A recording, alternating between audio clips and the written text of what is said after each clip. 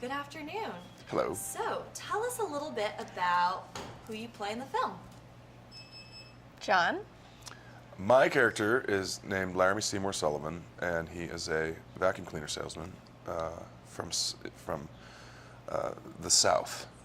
And he is a outspoken, sort of gregarious fellow who has some very specific ideas of what life on the road is meant to be, having spent a lot of time on the road selling vacuum cleaners. So shortly after we get into meeting my character, we realize that maybe that's not who he is at all. And I'll leave it at that. So mysterious. Dakota, can you tell us a little bit about yours? I play a young woman named Emily Summerspring, and she's kind of a grumpy, gunslinging outlaw. She has a bit of a checkered past, and she's on a mission, and I do believe that she means well, but she causes some harm on her way. Well, you know, she sounds like someone who would be fun to be friends with. The very Maybe, least. if she was nice to you, yeah. Yeah, she liked you. Yeah. So, what can you tell us about the El Royale?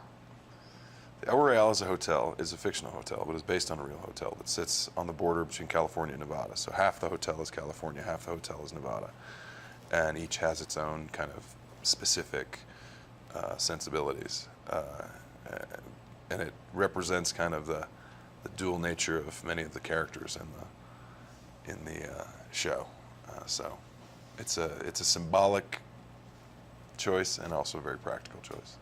No, it's great. I'm so excited to see the film. And speaking of the hotel, have you stayed anywhere like this before? Like that hotel? No, I don't know that. I mean, I don't think there's anywhere like it right now. Well, there was a hotel that this is based The on, but Ridge. it's not functioning as a hotel at this point. But I've not stayed in a hotel quite like this, that's for sure, and I certainly haven't had the Have you experiences ever that been these to the people- Madonna Inn? I've driven by it. I've never gone Yeah. in. I feel like a friend of mine that's got married there. That's hardcore. Yeah, That is vibey. yeah. You got to be in for a penny, in for a pound on that one. Yeah. For real. But I feel like that aesthetically is kind of like a Where you want to thing. be. Yeah. The like moss room or whatever it is. It's just where I want to be. Fair enough. Fair enough. And so, if you had to choose between the California and the Nevada sides, which would you choose? I would choose the California side. And I would choose the Nevada side. Okay. And so the film, We don't agree on anything. No. Mostly just to stay a state away from Dakota. Like I don't even go to North or South Dakota because I don't want to be in the same state as Dakota. Yeah. That's fair. And so the film is set in the 60s, and obviously, John, you're no stranger to drama set in that period. Was there anything in your Mad Men days that was useful for this film in particular? No, I don't think so. The characters are pretty far flung from one another, but obviously it was cool to kind of see all the stuff again and the decor and some of the clothing choices and get back into that world. That was kind of fun, especially coming at it from a completely different angle and a completely different genre. Definitely. And Dakota, how was working with Drew? Amazing. I loved working with him. He's hyper intelligent and so nice. He's so kind, and I really, really like working with nice people. Sorry.